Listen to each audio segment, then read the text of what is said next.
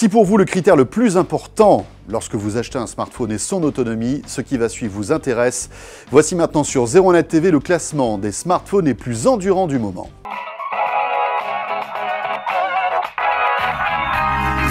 Et calculer l'autonomie d'un smartphone sur 01net et au labo 01net, on fait pas ça à la légère, croyez-moi. Regardez, Lionel est juste à côté de moi. C'est lui qui a mis au point un système qui ressemble au plus près à l'autonomie, en tout cas à la manière dont on consomme l'énergie sur son smartphone. Navigation web, lecture vidéo, streaming audio en 3G, etc. En fait, on a mis au point ici au labo 01net un système qui va véritablement calculer la vraie autonomie de votre smartphone en lui faisant faire des petites tâches tout au long de la journée jusqu'à ce qu'il s'éteigne. Alors qu'est-ce que ça donne côté classement? Numéro 5, eh bien c'est un Lumia. Regardez-le, c'est le 1320. C'est pas un smartphone récent, il est sorti il y a plus d'1 an. C'est une phablette, donc un écran de 6 pouces, qui est toujours dans la course. Il arrive numéro 5 de ce classement avec une autonomie exceptionnelle. Et en autonomie polyvalente, ce Lumia 1320 affiche 9h20. Numéro 4 de ce classement, on souhaite la bienvenue au constructeur chinois Huawei qui arrive avec donc numéro 4, le Huawei Ascend Mate 7. Un smartphone qui a une très bonne autonomie tout simplement parce qu'il a une batterie immense, gigantesque, 4100 mAh. Le résultat, c'est tout simplement 9h23 d'autonomie en usage polyvalent. Numéro 3 de ce classement, c'est toujours Huawei, avec la version haut de gamme du Mate 7, c'est la version Gold. Alors qu'est-ce qui diffère par rapport au précédent?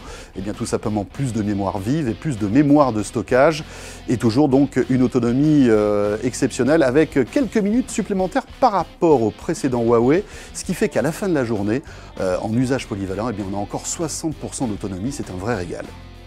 Numéro 2 de ce classement, c'est encore un grand écran, un écran de 6 pouces avec le Sony Xperia T2 Ultra. Alors là encore, c'est pas un smartphone qui est sorti cette année, il est sorti en mai 2014, mais malgré tout, il reste accroché à cette position numéro 2 en termes de meilleure autonomie polyvalente.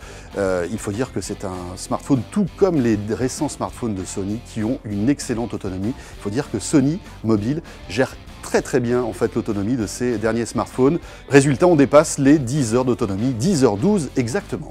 Et roulement de tambour, qui arrive numéro 1 de ce classement des smartphones les plus endurants pour ce printemps 2015, eh bien il s'agit d'un smartphone Orange et c'est le Noura qui affiche simplement 11 heures d'autonomie.